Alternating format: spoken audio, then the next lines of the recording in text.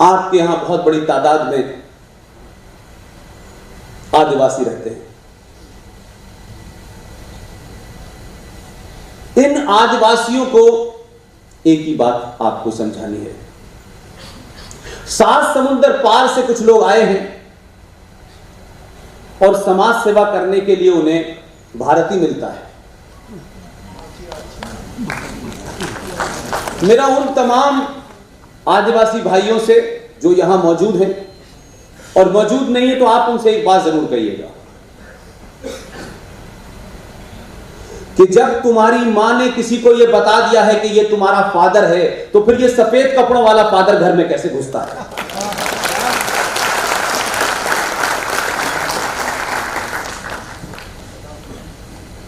यह सफेद कपड़ों वाला फादर, ये नीले और सफेद रंग की साड़ी पहनने वाली मदर टेरेसा सऊदी अरब क्यों नहीं जाती है?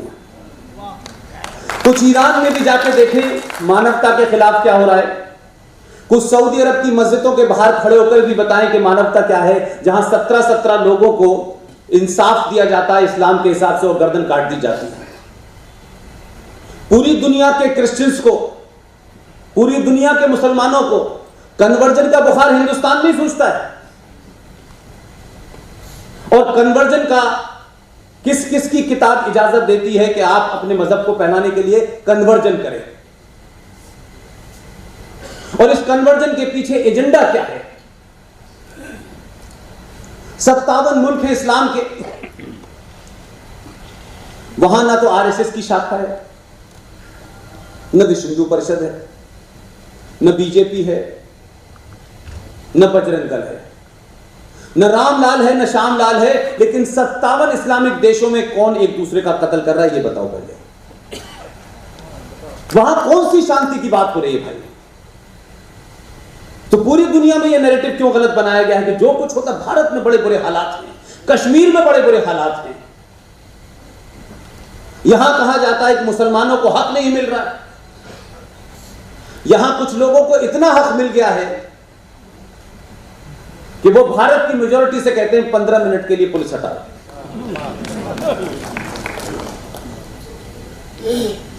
पूरी दुनिया में भारत एक ऐसा देश है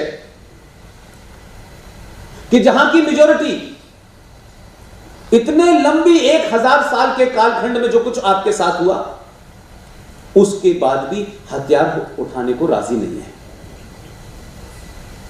उस समाज को जब लोग चिढ़ाते हैं, प्रवोक करते हैं, टेलीविजन पे ऊपर जम्मू कश्मीर का शहर मुफ्ती और मौलवी और जब आकर के ये कहते हैं कि 7 करोड़ मुसलमान थे, हमने देश बांट लिया है, तुम 35 करोड़ हो गए हैं, ये कहने की हिम्मत कौन देता है उनको भाई? वो किस मेजॉरिटी को चैलेंज कर रहे होते हैं जिन्होंने 1 साल गुलामी के बावजूद भी हथियार नहीं उठाया, जिनका कोई देवी देवता ऐसा नहीं है जिसके हाथ में हथियार न हो, जिनके यहां शास्त्र और शस्त्र की पढ़ाई साथ साथ होती है, उसके बाद भी नहीं उठाया।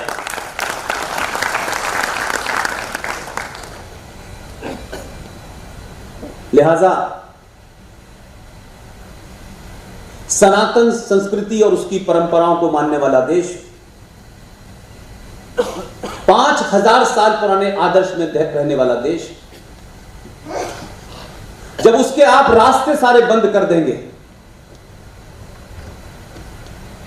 उसके पेशेंस, उसके तहम्मुल कि जब आप परीक्षा लेंगे तो यह देश बिना किसी हथियार के सही जगह बटन दबा देगा। और ये बटन दबने के बाद कुछ लोग भारत माता की जय भी कहने लगे। इसलिए मैंने कहा आज भी भारत की मेजॉरिटी, वो जैसा भी संविधान है, जैसी भी जुडिशरी है, जैसा भी कानून है, जैसी भी पुलिस है, तमाम इंस्टीट्यूशंस के बावजूद भी कि उस पर हजारों सवाल उठाए जा सकते हैं, उस सब के बावजूद उसी पे यकीन करती है। और अफसोस मुझे इस बात का है कि अगर इस देश की मेजॉरिटी कोई ऐसी मांग करती कि नमाज पढ़ने पे बैन लगाओ, रोजा रखने पे बैन लगाओ, बुर्का पहनने पे बैन लगाओ, तो भी मैं कहता कि ये ठीक नहीं है। लेकिन इस देश की मेजॉरिटी एक मांग कर रही है। वो दुनिया में पहली ऐसा देश है जहां मुझे ये मिलती है कि मेजॉरिटी कह रही है कि हमें समान नागरिक अधिकार चाहिए, और इस देश की माइनॉरिटी कह रही है कि पिछले 50 साल से जायज नाजायज तरीके से उसको इतना सब कुछ मिलने लगा कि वो कहती है नहीं, हमें नहीं चाहिए, उसे समान नागरिक अधिकार नहीं चाहिए, क्योंकि जिन अधिकारों के तहत वो जी रही है उसमें 70 साल से बौनी सरकारों ने उनको इस पोजीशन पे खड़ा कर दिया है कि जम्मू कश्मीर राज्य के अंदर एक विधान, दो निशान, दो प्रधान, सब कुछ चलने के बाद एंटी हिंदू और एंटी नेशन 85 कानून बने, लेकिन फिर भी 5.5 लाख कश्मीरी पंडितों को उनके मजहब, उनके नाम से मारा गया, पहचान के नाम से मारा गया, लेकिन 5.5 लाख लोगों में से 2 लोगों ने हथियार नहीं उठाए। आप कहते वो कायर है, आप कहते हैं वो डरपोक है, वो डरपोक नहीं है। शुक्र होना चाहिए उन लोगों को जो इस किस्म के स्टेटमेंट देते हैं, जो किसी के पुरुषार्थ को चैलेंज कर रहे हैं। उन्होंने 5000 नहीं, ये 7वीं बार एक्सोडस हुआ है। कश्मीर से 7वीं बार कश्मीरी पंडित हिंदुओं का पलायन हुआ है, उसके बावजूद भी उन्होंने एक को नहीं मारा। उनके मारने वाले मुसलमान उनके पड़ोसी थे, उनके टीचर थे, उनके स्टूडेंट थे। 2500 लोगों को मारा, रेप किया, मर्डर किया, लेकिन इस देश में कोई हेडलाइन नहीं बनी। सुप्रीम कोर्ट को गाजियाबाद में एक भीड़ ने गलतफहमी में, सच्चाई में, किसी भी कारण से मारा, लेकिन मारना जायज नहीं था, लेकिन वो खबर यूएनओ चली गई।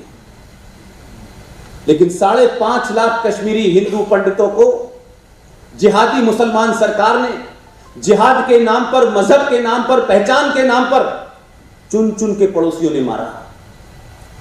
लेकिन इस देश की जुडिशरी के मुंह से मैंने कभी नहीं सुना कि यह हिंदुस्तान की सबसे बड़ी पहली मॉब लिंचिंग थी।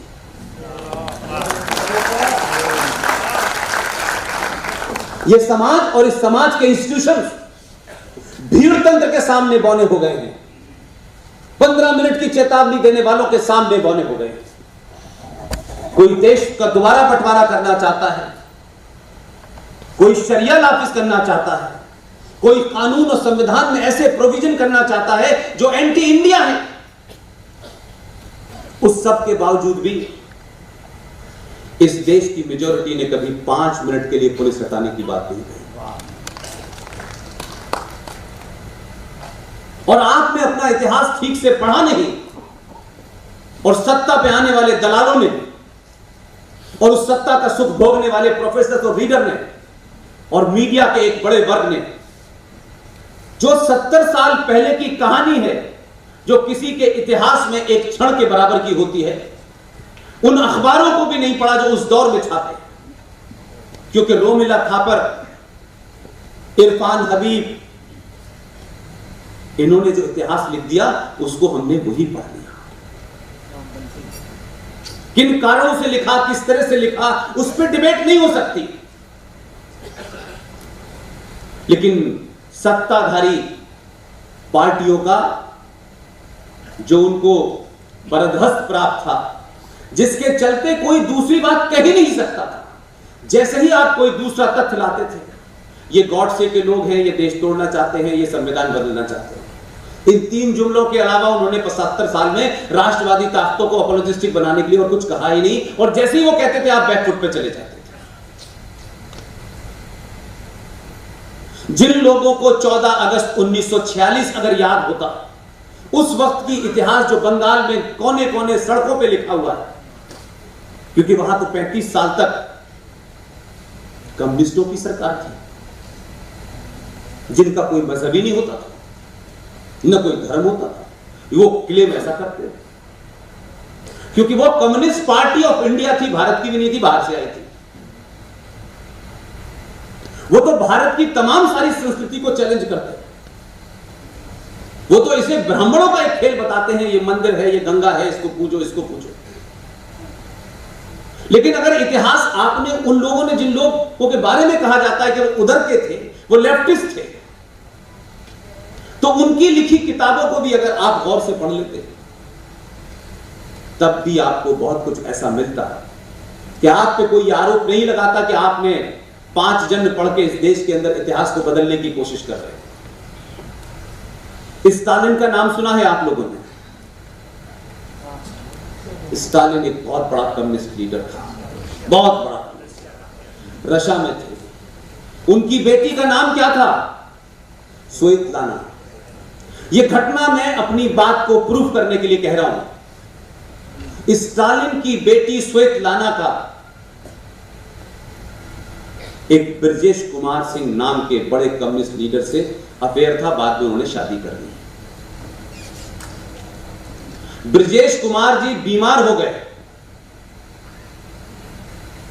क्योंकि उनके ऊपर कई सारे आरोप थे, और बीमार हो गए तो कहा गया कि ये ठंडे देश में नहीं रह सकते, इन्हें किसी गर्म देश में भेजो। तो उस वक्त ही रशिया की सरकार ने कहा कि हम इनको इजाजत नहीं देंगे भारत जाने की, और उस बीमारी में ब्रजेश कुमार सिंह साहब की मृत्यु हो गई। ये आज के जो कम्युनिस्ट लीडर हैं, पार्लियामेंट में पहुंचने के लिए जनता के पैर भी छूते हैं और पार्लियामेंट में आने के बाद उसे गाली भी देते हैं।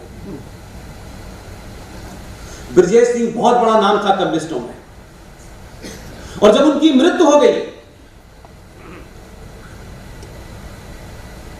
तो उनको, उनकी जो पत्नी थी, उनकी अस्थियां लेकर के दिल्ली में आई और बनारस में गंगा में प्रवाहित किया। यह कौन सा कम्युनिज्म था भाई?